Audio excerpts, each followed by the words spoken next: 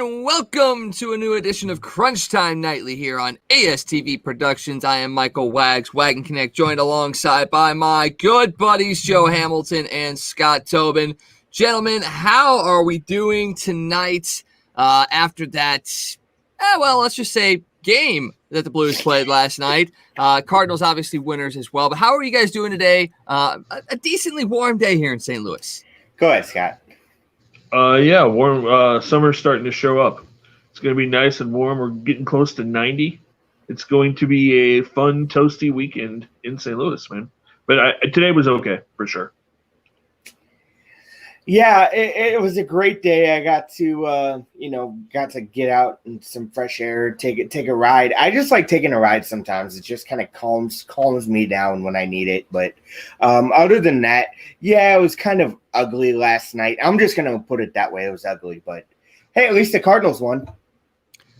That they did. They had a good series, two-game series against the Pirates, getting ready to host the Cubs here, where capacity is starting to increase as well. We'll get into that here in just a little bit, but we have to start with the NHL because not only is it affecting the Blues per se, but this is a possible precedent that's going to be set here for the rest of the NHL playoffs this year, and that's got to deal with Nazim Cadre from the Colorado Avalanche, and not just Cadre, but you also had an incident with Tyson Jost last night, and an incident with Colton Porreco as well. That the NHL Player Safety group is really having to look at different pieces of this game and trying to make decisions on non-calls, calls, and things that need to be addressed after the game. So let's leave the Cadre thing off to the side for just a second. Let's talk a little bit about the Tyson Jost incident and the Colton Porreco incident as well. And I kind of want to get you guys' thoughts on A, if either of those deserved a penalty in the game, and B, why neither of those guys actually were called about the plays that commenced last night. If you didn't see the game, Tyson Jost clipped Robert Bortuzzo with his elbow, knocked Bortuzzo down to the ice and out of the game, did not return and is questionable for the rest of the series. And then you had Colton Porreco give Mr. Cal McCarr a shove behind the net that looked a little dangerous as well. No penalty called there. Crowd upset, let him have it a little bit. But what did you guys think about those two incidents? And did either of those warrant penalties or potential suspensions? Go ahead, Joe. Well, for me, I want to talk about the Jost one first, and that deserved a penalty. Number one. Number two, it deserved a call from player safety, because that right there, if you're injuring a player and that was a malicious play, on a defenseless player, and that can't happen in hockey. I understand intensity goes up in the playoffs. You're in the moment, but stuff like that shouldn't happen. And the Porreco play, I didn't necessarily see that, but I think they were letting these guys play in a sense. Now, you saw the Falk thing later in the game, and that was an obvious call. But I think those two, they're just letting them play playoff hockey. But if that's the case, then why suspend Jost then? If you believe that's malicious, why are you letting them play playoff hockey? Basically you're saying it's both. You can't have you can have a malicious hit, but you let them play. It's a malicious hit that should have been, in my mind, they shouldn't have let him play after that. There should have been another match penalty. I don't care if there was blood or anything after that. You don't go after somebody's head. We saw it with Falk later in the game, but Jost, it came out today that he will not get any discipline at all from that. And that sets a bad precedent for the league. We were talking about this last year during the playoffs, Wags, I believe, right? I know, but I'm still just confused. Like you're saying that the Jost hit was malicious and he should have gotten called, but then what Porreco did was how bad and it's just playoff hockey. How bad did it look? Because I was watching the whole game. I guess I didn't notice it as much as the two Blues hits. But how bad did that look? Because I didn't get to see – I saw it, but I wasn't paying attention at that moment. I mean, it wasn't super egregious, but it was still a shot.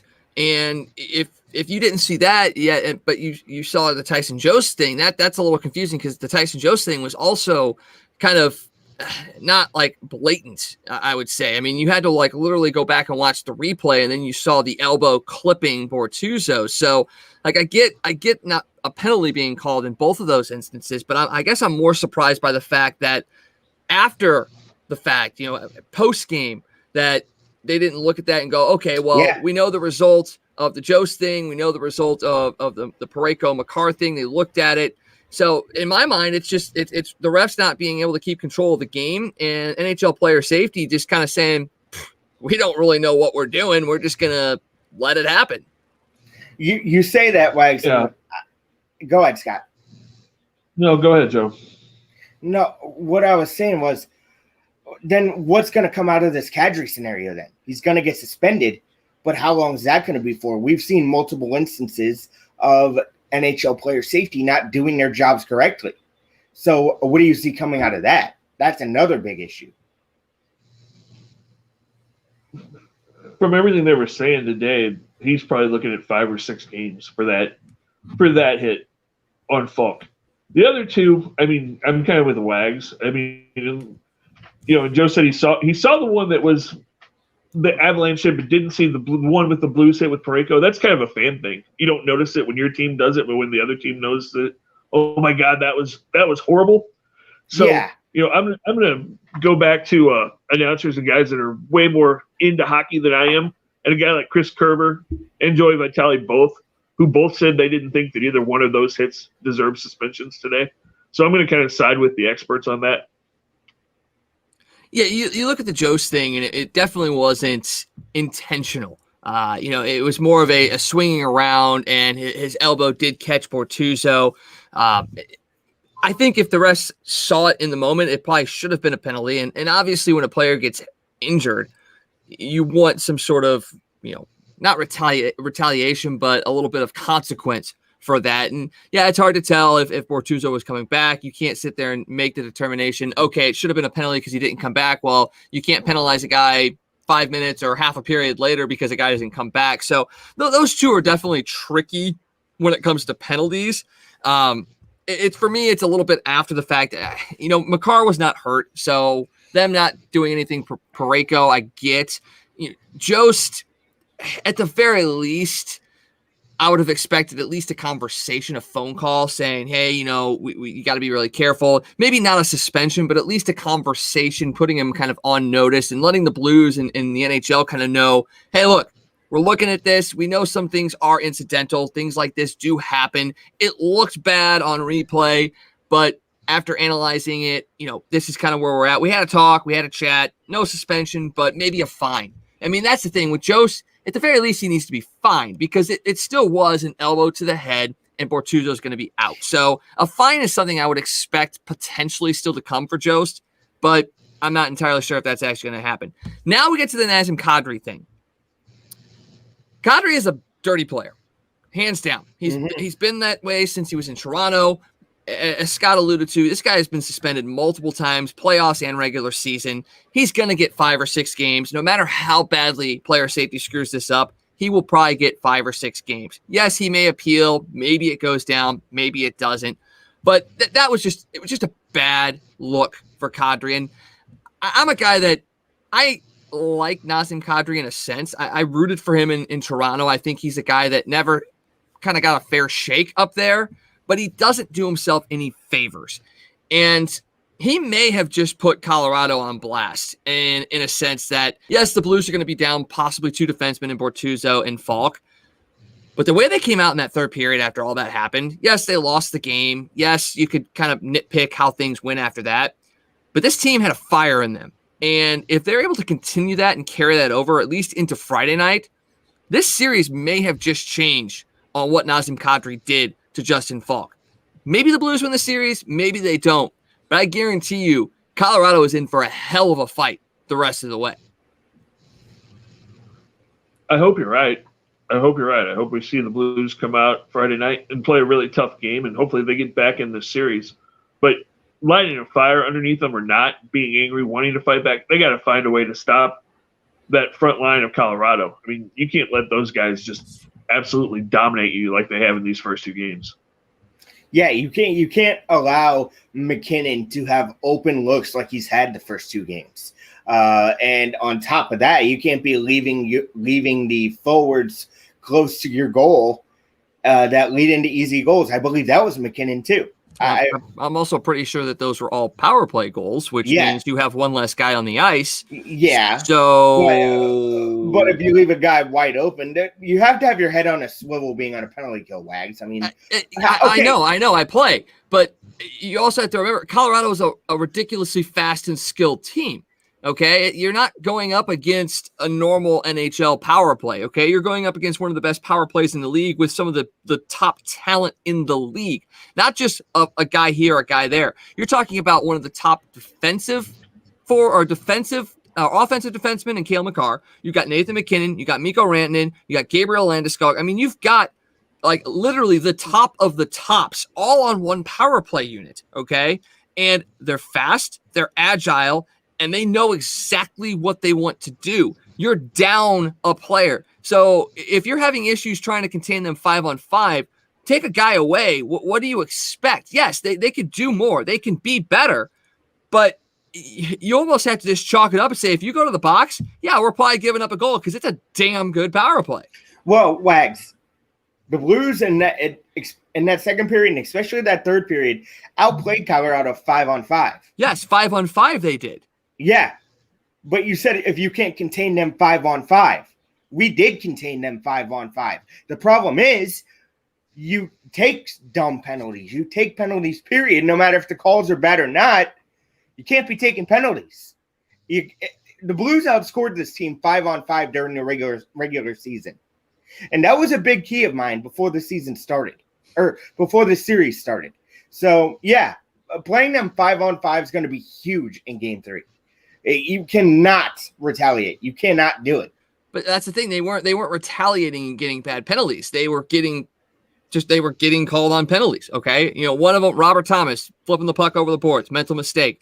The Barbashev penalty, an absolutely egregious call after McKinnon basically picks Barbashev, knocks him flat on his ass, and then Barbie gets his stick up just a little bit into his hands. So that's not a retaliation penalty. None of the penalties that the Blues had last night were retaliation penalties. So it's not like they were getting, aggressive or being dumb.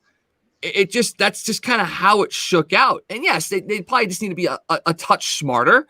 But one of the reasons why they were holding and containing them 5-on-5 is just because they were kind of pushing the element there. And when you push the element, sometimes you're going to take penalties. So yes, they were containing them to an extent 5-on-5, but it's not like they were handling them 5-on-5. There were still a ton of instances where the defense was backing in and allowing forwards to get in. So you can't say that it was complete containment. Yes, they played much better against Colorado 5-on-5, but they're still not playing great against Colorado, and that's the scary thing.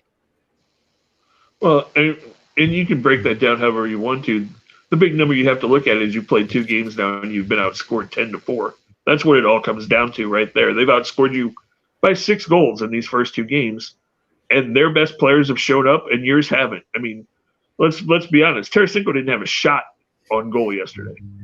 And that's going to bring me. I want to get your thoughts on this. Darren Pang was on with Randy Carricker this morning, and Carricker and Pang are both agreed this morning that the best thing for the Blues going into next year would be if Vladimir Tarasenko is not on this hockey team.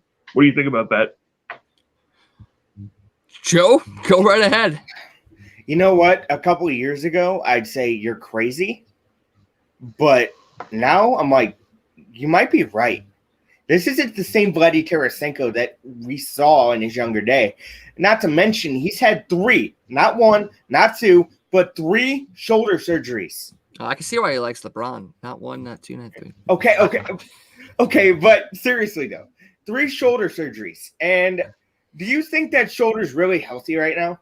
I think it's healthy as it's been in the last couple of years. I'm not saying that means it's 100%, but it's healthier than it's been in the last couple of years.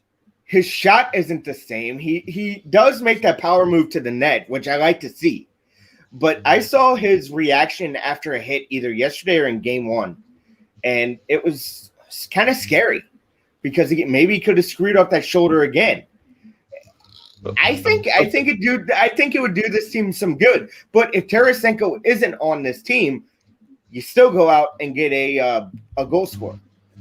Because as of right now, you're going to have a lot of decisions to make. And one of those is you're going to have to find a goal scorer because you might lose Bozak. You might lose Schwartz. So... yeah, we'll see. And as far as my answer to Tarasenko, I'll direct you to a Blue Notes podcast episode a couple of weeks ago, and that's my answer right there. We're gonna take a quick break here on Crunch Time. We're gonna come back. We're gonna keep on the NHL train because we've got a couple games to cover tonight and some wild games. So we're gonna take a quick break here on Crunch Time and come right back here on ASTV Productions.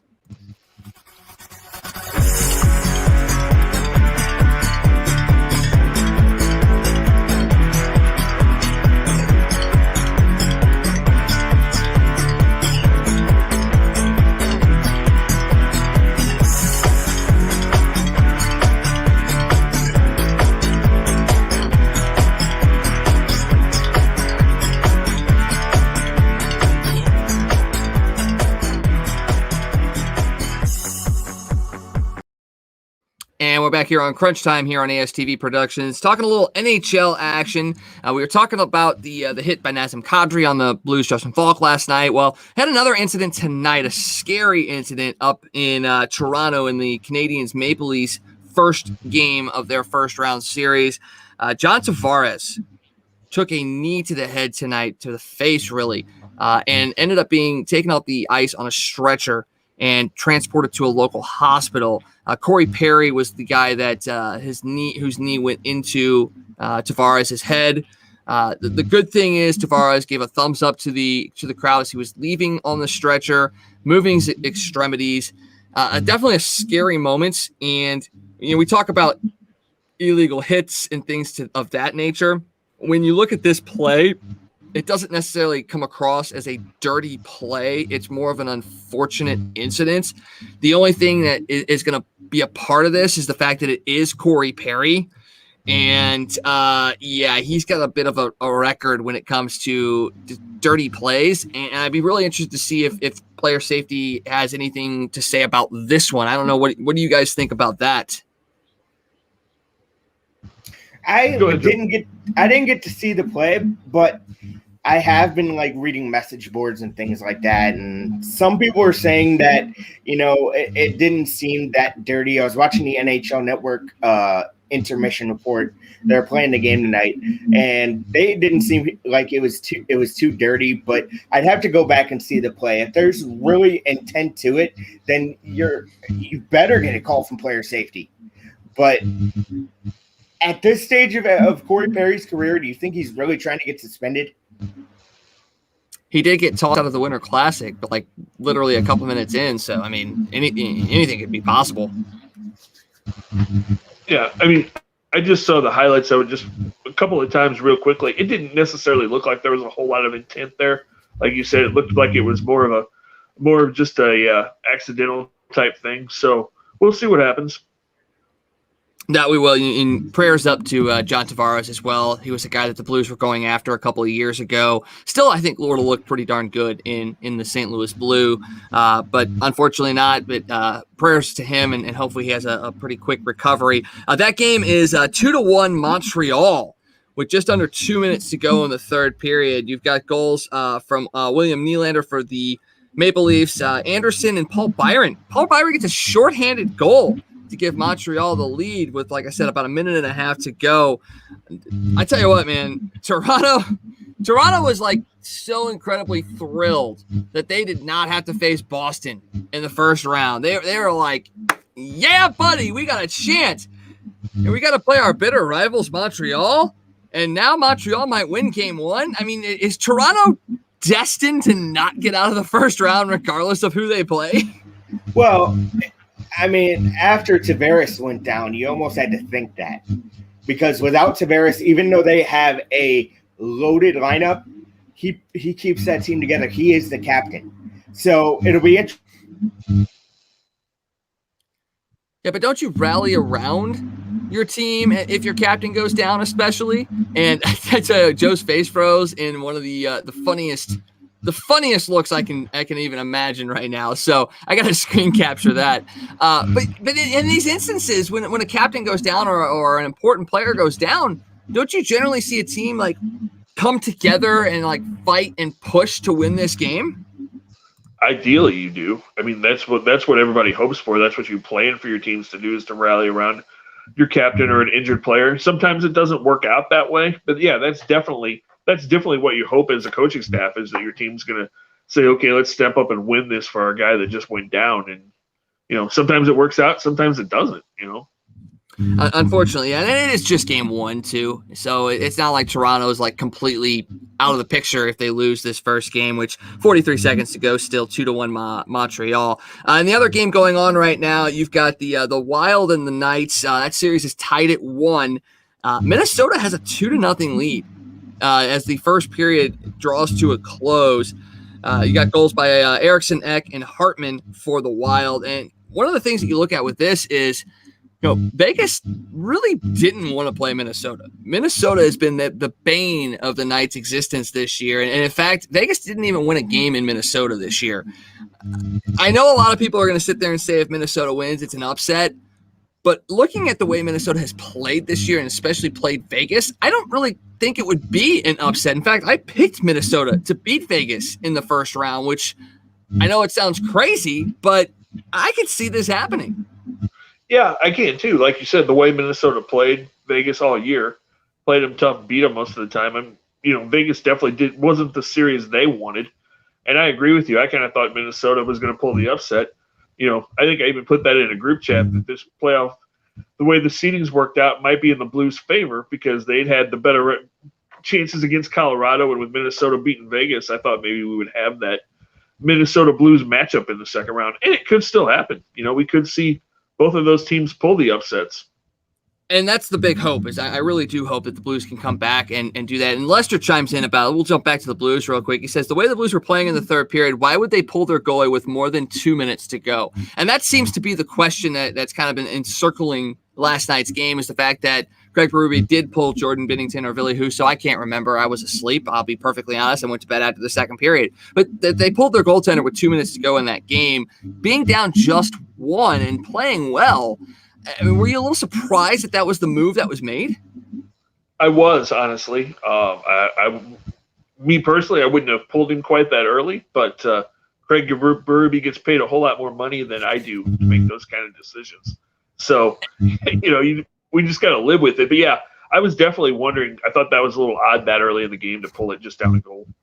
And the fact that the Blues have been successful 6-on-5 this year, in fact, this is one of the better years that they've had with the goalie pulled. I mean, I guess you were maybe looking at statistics that they had a better opportunity to score and give yourself plenty of time to score.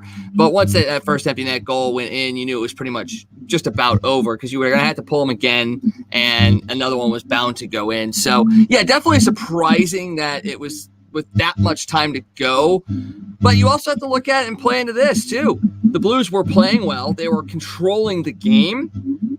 Why not give yourself the most amount of time with a man advantage to give yourself a chance to tie that game? So I get it, but I'm of the same mindset as you. I was a little surprised by it. A couple other games that have gone final tonight. The first one that just went final, the Canadiens did beat the Maple Leafs 2-1. That game is a final now, so Montreal leads that series 1-0. The Penguins and Islanders had game 3 tonight. Penguins a 5-4 victory over the Islanders. This was an intense game. Pittsburgh went up 3-1 heading into the third period.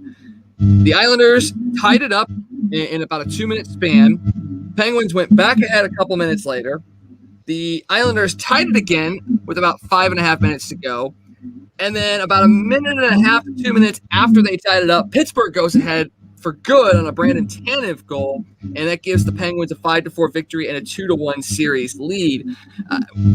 Pittsburgh was coming in as the higher seed in this one, and I still think they're not getting a lot of credit for what they're doing this year.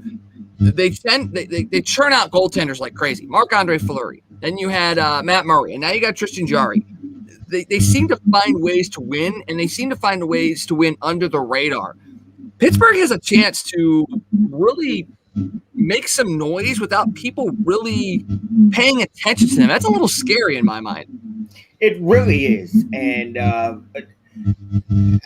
the question for me was, how is Tristan Jarry going to perform in the playoffs? This was his first attempt at the Stanley Cup playoffs. This is going to be a tough series. I even predicted the Islanders to win this series because I think the Islanders, while they're the lower seed, are just as good, if not better, than the Penguins. I don't know. I don't know if they are. I don't see. I think their goal. I think the Penguins' goaltending is better. I think you have Sidney Crosby, and he alone puts your forwards over the top. Oh, and guess what? You still got a guy like Chris Letang on the defensive end that seems to be ageless. So, I mean, I get that the Islanders are good, but I it's one of those things like Crosby, Ovechkin, those guys. I can't bet against them. Well, and the gap either way isn't that wide between the Islanders and Penguins. Am I wrong on that? It's getting closer. Yeah, it definitely is getting closer. The Penguins' window is closing in a sense, especially with Crosby getting a little bit older. But once again, the Islanders are a team that need to find a way to win, and they haven't found that just yet. So it's going to be really interesting to see how that goes. Then the other game tonight, a wild one down in Tampa. You had the Florida Panthers and the Tampa Bay Lightning just going back and forth. The Panthers jumped out to a 2-0 lead in the first period, and then the Lightning go, oh, wait, we could score 2. Scored 5 times in the second period. Chase Chris Dreidiger from the net for Florida and take a 5-3 lead going into the third. And you're like, oh, well, there you go. Tampa Bay's going to take a 3-0 series lead. No, the Panthers do not quit. They do not quit. Patrick Hornquist and Gabe Forsling scored goals in the third period to tie the game at 5 and send it to overtime, where this guy, I got to get his name right, Ryan Lomberg scores the overtime winner for the Florida Panthers to keep this series interesting. It's now a 2-1 series lead for Tampa Bay. So Tampa Bay went into Florida and won 2. Is it out of the realm of possibility for Florida to go into Tampa and win 2? It'll be tough because you still got Andrei Vasilevsky on the other side. I find it interesting, though, that Florida wasn't going with Sergei Bobrovsky as their number 1 goaltender in the playoffs. How shocked are you at that? Because when I heard Dreger was the number 1 in the playoffs, I'm like, do they not trust a guy they just gave a boatload of money to? That makes no sense. Did you see Bobrovsky play last year? It was a bubble, though. That's no excuse. He played that way before the bubble even existed. I still think you go back to him because there's a reason he earned that money. He had one bad playoff year. No, he didn't have a bad playoff year. He had a bad year last year. He was terrible last year before the pandemic. Well, Wags, think about this. How many times have you told me? New guy getting acclimated to a new city. Yes, and he's going to struggle. But Dreidiger stepped up and took control of the net. So goaltending is different, okay? Goaltenders have a finite amount of ability to get in there and prove themselves. A guy like Justin Falk or Torrey Krug or Mike Hoffman, they're out there playing every night, okay? They're not, they get the ice time. You're not going to continue to run a goaltender out there for 25 straight games to say, ooh, let's hope he gets his thing turned around. No, you got to win games. So if you've got a goaltender that's going to win you games, you play him. Okay. Your other guy gets in there, and if he starts to build up, take Jake Allen back in 2019. He was terrible. There's a reason Jordan Binnington got in. But when he got that pressure put on him, the games that he played, he started to improve. He started to get better. He started to get a better record. All of a sudden, he looked really, really good. There you go. But he didn't play every single game because the Blues had to win. Florida had to win as well. So they have to go with the goaltender that does it. I get the argument. It's a great argument, obviously, because I made it. But a guy like Falk or Krug or Hoffman or these guys, they get to play every single night. And they have other guys that can kind of step up around them to give them the time to improve. Whereas a goaltender, they don't have that kind of shot. It just doesn't work that way. So, like I said, crazy night in the NHL. We got the Wild and Vegas game still going on right now. A 2-0 lead for Minnesota after the first period. Going to take a quick break here on Crunch Time. Come back and talk a little baseball. The Cardinals are not in action tonight, but still plenty of stuff to talk about. So we'll come back here on Crunch Time on ASTV Productions.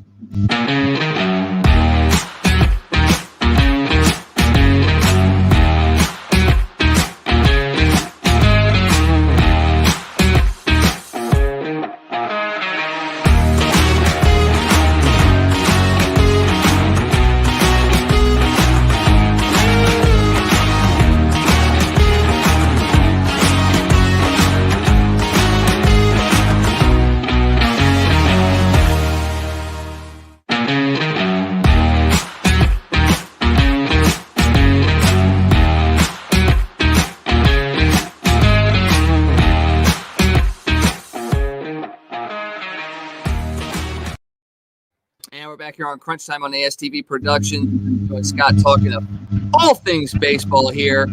All right, I just want to let you guys know the Texas Rangers got a hit today, guys.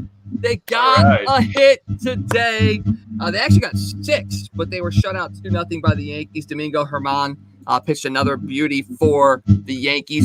Scott, I know we didn't get a chance to talk to you about this last night, but 2 straight days with no hitters, including Corey Kluber's last night.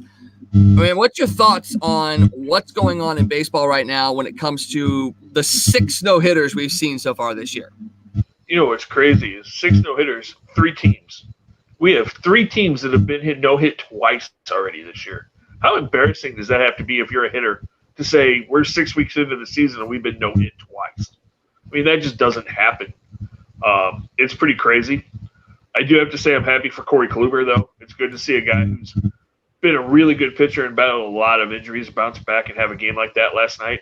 So that's great. But, yeah, to have 3 teams, like I said, get shut out, no hit twice, 6 weeks into the season, it's just almost unbelievable. 3 of the worst offensive teams in the league, too. So while you don't necessarily think you'll have no hitters thrown against them, they are bad offensive teams. So I wonder, Scott, and I wanted to ask you, how many no-hitters do you think we see this year? I don't know how many no-hitters can those 3 teams rack up, I guess is the question. It's funny too. We talk about those teams being the worst hitting teams in the league, and then you look, and Seattle's in 3rd place in their division, and the Indians are in 2nd place in their division. So they're doing something right, even though they're not hitting a whole lot. So, but as far as I think we're going to see a few more no-hitters. I don't think we'll stay on the pace we're on now, but I think we'll probably see another 3 or 4 before the year's over. Yeah, hopefully one of those is Jack Flaherty, because I'd love to see a Cardinal get a no-hitter. I think Bud Smith was the last no-hitter that was thrown by the Cardinals, and who remembers Bud Smith? Ooh, I mean, I don't remember much of Bud Smith besides that no-hitter, to be honest with you. He was one of the big pieces that got us Scott Rowland, so I'll thank him for that.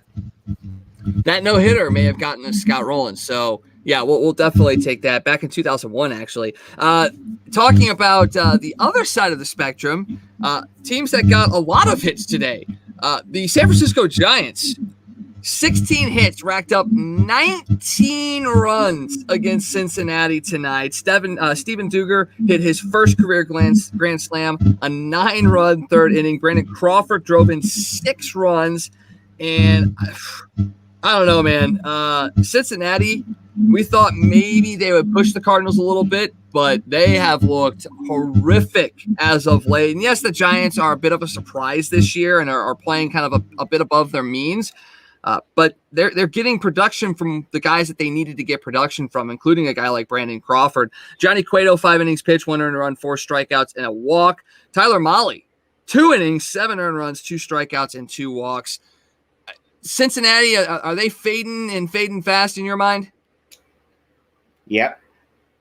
They're pitching. They have a couple good pitchers in their rotation, but other than that, I don't trust their bullpen. And it's shown that it's reared its ugly head. So the Reds, they just can't seem to get out of their own way in order to be competitive in this division. Scott, why do you think that is? Is it that ballpark? Is it the fact that they can't develop pitching? What is it? Well, I think we lost Scott. So what do you think it is? Wags, I'm sure he'll be back, and I'll ask him the same thing. But what do you think? Is it the fact that they can't develop pitching, or? I mean, you got to think. I mean, they've got some good pitchers. I mean, Molly and Miley pitched well recently. I mean, doesn't one of them have a no-hitter this year? So Yeah, it's not like they are bad pitchers. I just think that, part of it is the ballpark for sure. And the other part is just they just haven't, I don't know. They seem to just like kind of be there, but not like get over the hump. They've got talent, but they just can't seem to put every single piece together at the same time. I mean, it's just, they've got talent. I mean, they got Nick Castellanos, who's played well. Jesse Winker is a guy that is definitely a good player. Eugenio Suarez is another guy that has potential, but once again, they just can't seem to put it all together. And I think that's kind of been the MO of the Reds for the last, 15, 20 years. They've got the talent. They just can't get over the hump. And at one point, they had Joey Votto and Brandon Phillips and these guys, and yet they still couldn't get there. Trevor Bauer got him into the playoffs last year, but they couldn't hit in their own ballpark. That's a bandbox. So it just, for Cincinnati, it just seems like they're right there on the cusp, but they just can't get over the hump. And I don't know if they need a big move to shake it up or just a change in leadership, but I don't think they're going to be able to get over that until something big happens. You think Joey Votto off that Reds team, like when he does leave that team, will help that team? No, because they've played without him for so long that it's not going to be a shock when he retires or leaves. I mean, that's not going to be it. I mean, Castellanos has taken over this team. He is now the face of the Cincinnati Reds. So Joey Votto is kind of back off to the side now. So when his time to officially leave the Reds hits, I don't think it's going to be like that shock of like, oh my gosh, we don't have Joey Votto anymore. A couple of years ago, I could see that being the case, but now, no, I don't think that's the point of what's going to happen. I think they need to make either a big time trade, or they need to get rid of some leadership as far as management's concerned and make that move. Now, Scott, I wanted to ask you the same question. Why can't the Reds seem to get out of their own way when it comes to competing in this division? They're just so inconsistent, man. They play really well at the Great American Ballpark, and then their offense doesn't seem to be able to hit on the road. And then their starting rotation. I mean, Luis Castillo's been a huge disappointment this year. Sonny Gray's had issues. You look at the Reds, and everybody talks about Colorado and their ballpark and how that's detrimental to them when they go on the road. You almost have to start looking at Cincinnati the same way, because this is 2 or 3 years now where they've just been a monster juggernaut at home offensively, and then they get on the road and they can't do anything. So, I mean, the Reds have almost turned into the Rockies in that aspect. Oh, yikes. Well, who can we get from them and have them pay us money that would be good for us? Would you like to see Nick Castellanos in a Cardinal uniform? Yes. I liked it. Yeah, I wanted him in a Cardinal uniform. I wanted him in a Cardinal uniform when the Cubs picked him up. Period. Go ahead, Scott. He doesn't do enough for me. I mean, he hits in Cincinnati. He hit in Chicago, but those are hitters' ballparks. I'm not sure that he would be the same player in St. Louis. Plus, he's not good. I don't like his defense. And that's pretty much all that matters here in St. Louis. You got to play some good defense. The team that the Cardinals are going to be hosting this weekend, the Chicago Cubs, a 5-2 victory over the Washington Nationals today. Ian Happ, 2 home runs, drove in 3, moves the Cubs to 22-21, 3 games behind the Cardinals for first place in the NL Central. So this is an absolutely huge matchup for both of these teams. Cardinals can put some serious distance between them and Chicago, or the Cubs could make things really, really interesting early on in the season. What's your guys' take on this upcoming series between the Cardinals and Cubs? It's going to be a fun series. We already know who's going to be the 3 pitchers for the Cardinals in this series. I haven't seen the Cubs probables just yet. You have Carlos Martinez game 1, you have Miles Michaelis game 2, and in game 3 you have Adam Wainwright. It's good to have Carlos back. See what he can give you. He's been looking really good this year. Miles Michaelis, I don't know what's a good start for Miles Michaelis coming off the injured list. Scott, is it 5 innings? Would you accept 5 innings from him in his first start? I'd be really happy if we got 5 innings out of him in his first start. I think if you get 4, if he can get you to the 5th, I think that's about all you can expect. When you consider he hasn't pitched a game in the major leagues now since the 2019 playoffs. It's going to be really interesting to see what Miles does. I'm anxious to see what Carlos does too, coming off the ankle. Hopefully that's completely healthy. We do know Kyle Hendricks is pitching for the Cubs tomorrow. He's not had a great year this year, but we know that when he pitches against the Cardinals, he usually looks like Cy Young. So tomorrow's game is going to be really interesting because he has a tendency to shut our offense down. Is there any worry that you're basically putting 2 guys that are coming off the injured list in as your first 2 starters in this series, a very important series? Yes, it's still early on, but is there any worry about basically potentially giving 2 games to somebody, or are you content that with the day off today that your bullpen is going to be capable of handling an extra set of innings for the next couple of days and then hope Adam Wainwright can go 7 or 8 again on Sunday? Well, I mean, I can see where you would worry a little bit, although your other 2 options, if you don't use those guys, you're going to use Gant and KK. And, we know Gant's only going to get you to 6, and KK, you're lucky to get through 4 with him. That's been the biggest disappointment, I think, with KK this year is that, he looks good for about 3 innings, and then it's like the wheels fall off. It's like he just doesn't have it after that. So, I think going with Miles and Carlos are your best options for right now. And then you hope you can piece your bullpen together to hold it together. And then you hope, like you said, Wags, that Waino pitches 6 or 7 innings on Sunday. And you figure he will. He had a bad start his last time out. So usually when he comes off a bad one, he usually has a really good one the next one. So, that's what you hope for. And while this is a big series, it's still only May, so, we'll see what happens. But you got to find out what you've got in Michael, or start to find out what you've got in Michaelis and see where Carlos is at. And, we're not too far away. We get through the next couple of weeks and you'll start hearing more and more rumors and speculation about trading. And you look at all the major league prognosticators out there, everybody seems to be putting a big spotlight on St. Louis going, that's where Max Scherzer is going to go. ESPN, everybody has pretty much said that St. Louis is the top landing spot for Scherzer at the trade deadline. So we'll see what happens. With that being said, I mean, the Nationals, after the loss tonight, they fall 4.5 behind the Mets for first place. They're in last place, but they're only 4.5 games back. I know you can't predict what Washington's going to do, but in your guys' minds, at what point, how many games back does Washington have to be before they start to sit there and go, okay, we need to start looking at moving our guys, whether it's a Scherzer or somebody else like a Trey Turner or what have you? What's the number of games back that they're going to have to be at before they start entertaining trade offers? I think this year, because of the fact that there's not expanded playoffs, and you look around the National League and say, okay, the wild card's probably not coming out of the East, so we pretty much have to win this division. I think if they get more than 7 games out, I think they're pretty much done. I think Scherzer's probably the only guy on that team that gets traded. I don't see him trading Turner or any other young position players. I think Scherzer is the guy that if they make a trade, that's where it happens. I'd say 6 to 8 games. And Scott, I'm going to throw something out there. Do you think that the Nationals would entertain moving Ryan Zimmerman for someone who needs a bench bat? I don't know if they will or not, just because Zimmerman's kind of like Yachty. He's been there his whole entire career. He was an original National.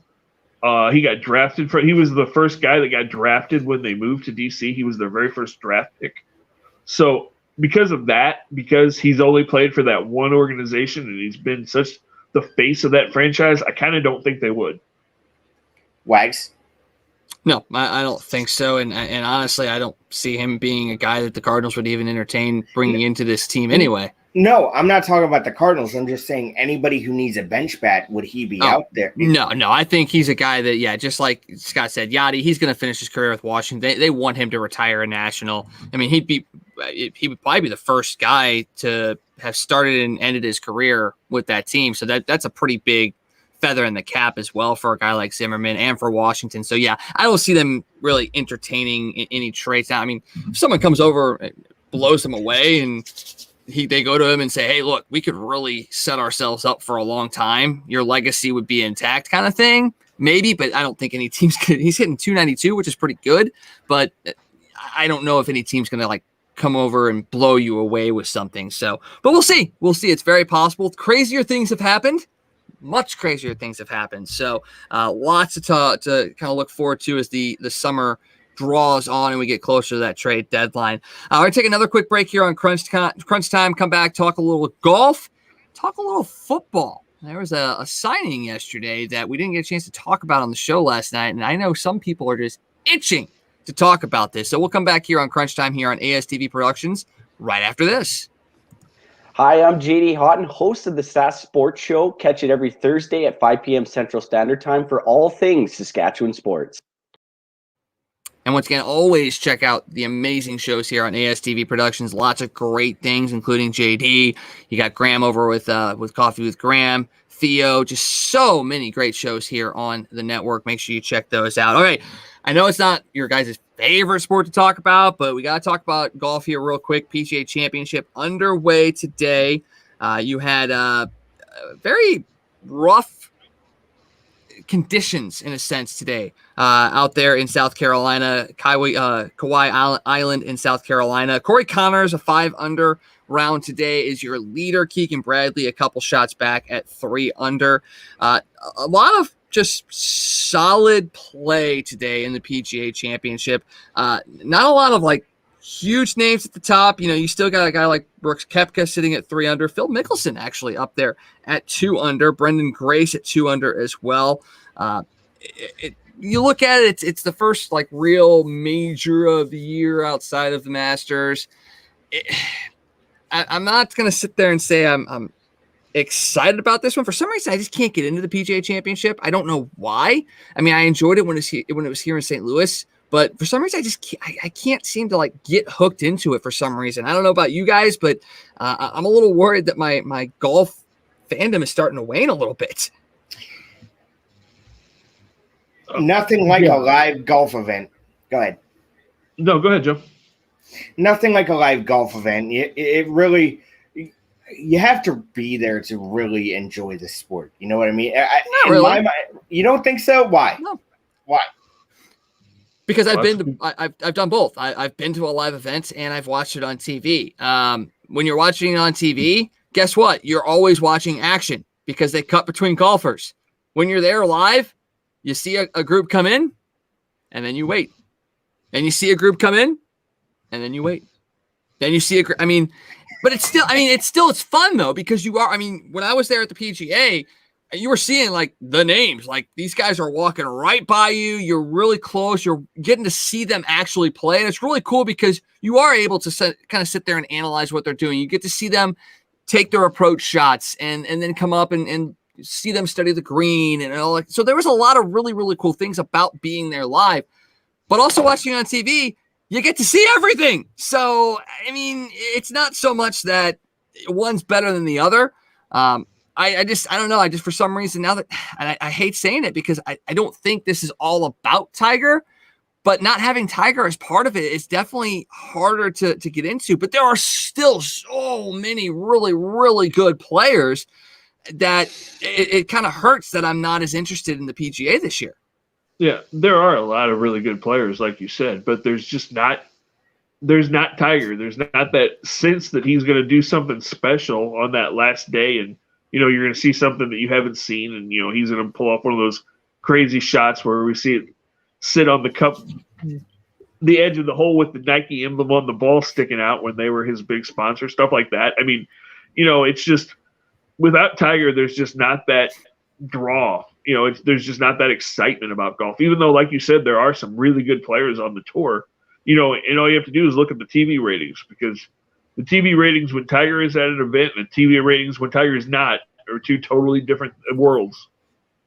I wanted to ask you guys something. Is there a Tiger Woods on this current roster of players? Not in terms of, in terms of like level of play, but I'm talking like marketable piece, like the next guy who's going to be the guy in the PGA, because there needs to be. I mean, at this point, right? I mean, I think if you look at a guy like Brooks Koepka, he's got the Tiger attitude. The kind of that standoffish, I'm better than you kind of feel that Tiger had kind of early on in his career. So I could definitely see a guy like Koepka being someone that could do it. I just don't think he has the gravitas that Tiger does. I mean, Tiger came on the scene and he just grabbed it. He grabbed it and he did not let go, and he just throttled the sport. I don't think there's anybody right now that has that ability to do that. That's not a bad thing, because when you watch it, it was Tiger or nobody. You had a whole bunch of no names winning game events that he didn't go into. Now you've got a lot of really good names that have good play. You got guys that can win tournaments. You have a lot of tournaments where you have 4 or 5 guys just going head to head. So there is excitement in it, but there's still just not that literal Tiger grabbing you and pulling you in. So, I mean, I think there are guys that have marketability, but I don't think you have that sheer status maker that Tiger was. Scott? Yeah. No, I don't know if we'll ever see that again. I mean, it's only happened a couple of times. I mean, there's a reason why, there's 2 or 3 names that you think of when you think about golf. You think of Arnold Palmer, you think of Jack Nicholson. You think of that's what I meant. I know I said Nicholson. I knew what I meant. Nicholson's a pretty good golfer too, by the way. And he is. But yeah, Nicklaus, Palmer, and Tiger. And I don't think there's anybody else. I don't know that there ever will be one that comes along and has a brand like Nike and is just, everywhere he goes, everybody in the world knows his name. I mean, Tiger was probably the most recognizable sports figure in the world for a decade. And for there to be another golfer like that, I don't know that that's going to happen again in our lifetime, honestly.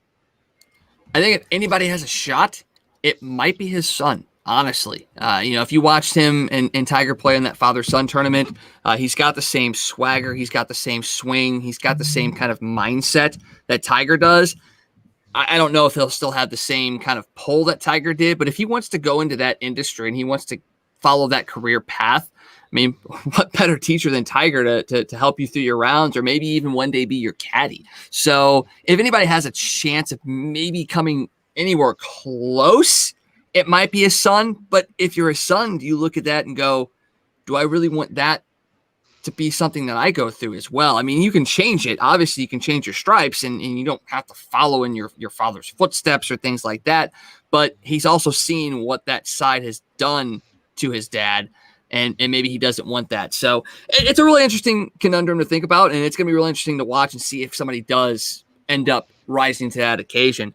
All right, let's talk about another guy that seems to dominate the headlines and maybe doesn't need to dominate the headlines. We're going to jump over to the NFL and talk about Mr. Tim Tebow. Officially signed a 1-year deal with the Jaguars to play tight end. He will wear number 85. I just don't even know what to say. He hasn't played football in like 6 years.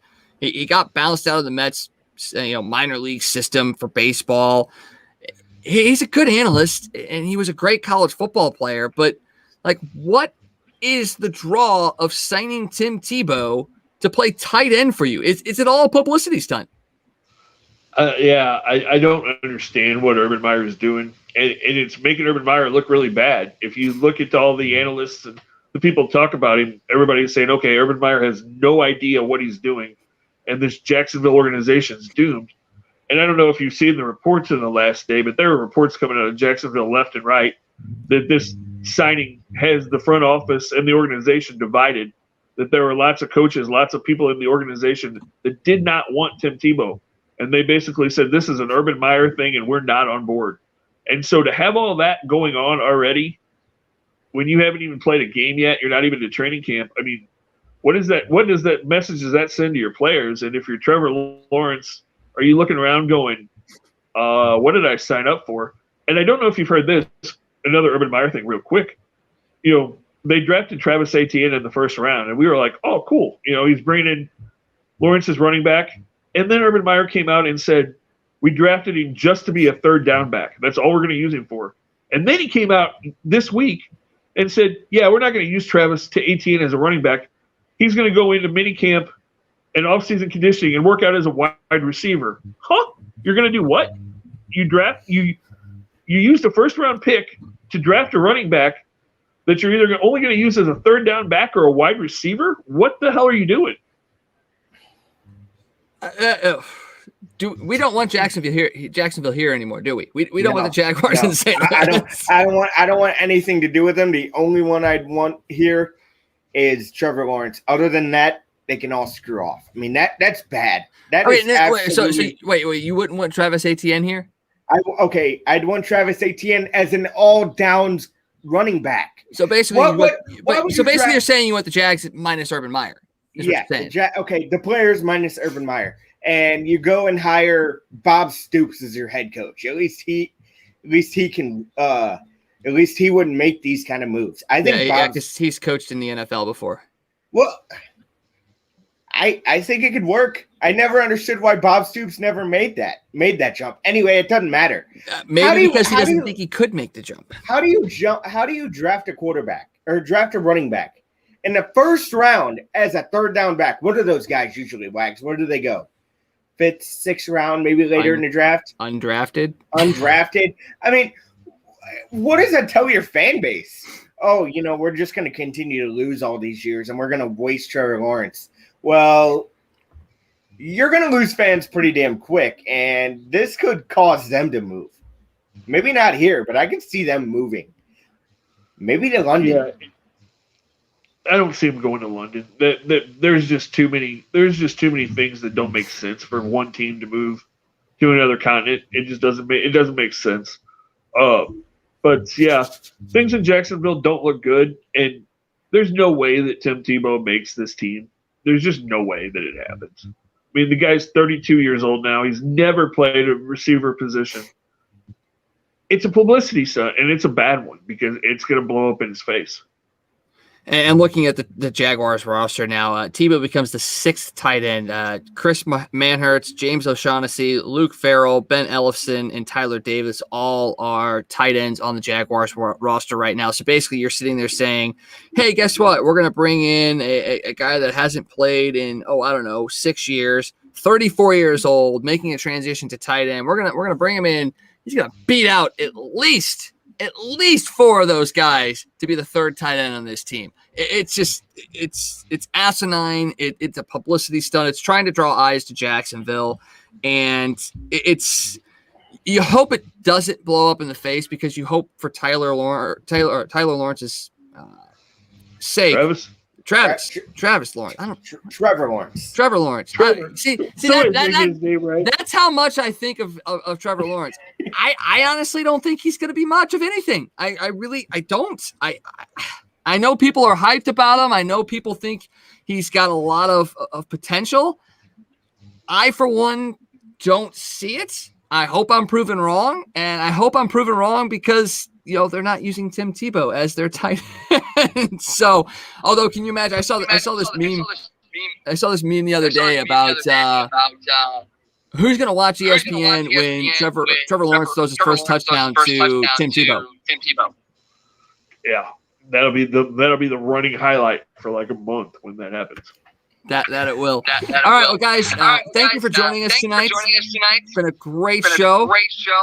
And we hope you guys join us tomorrow night for another edition of Crunch Time Nightly. For Scott, for Joe, I am Wags. Have a great rest of your night. See you guys.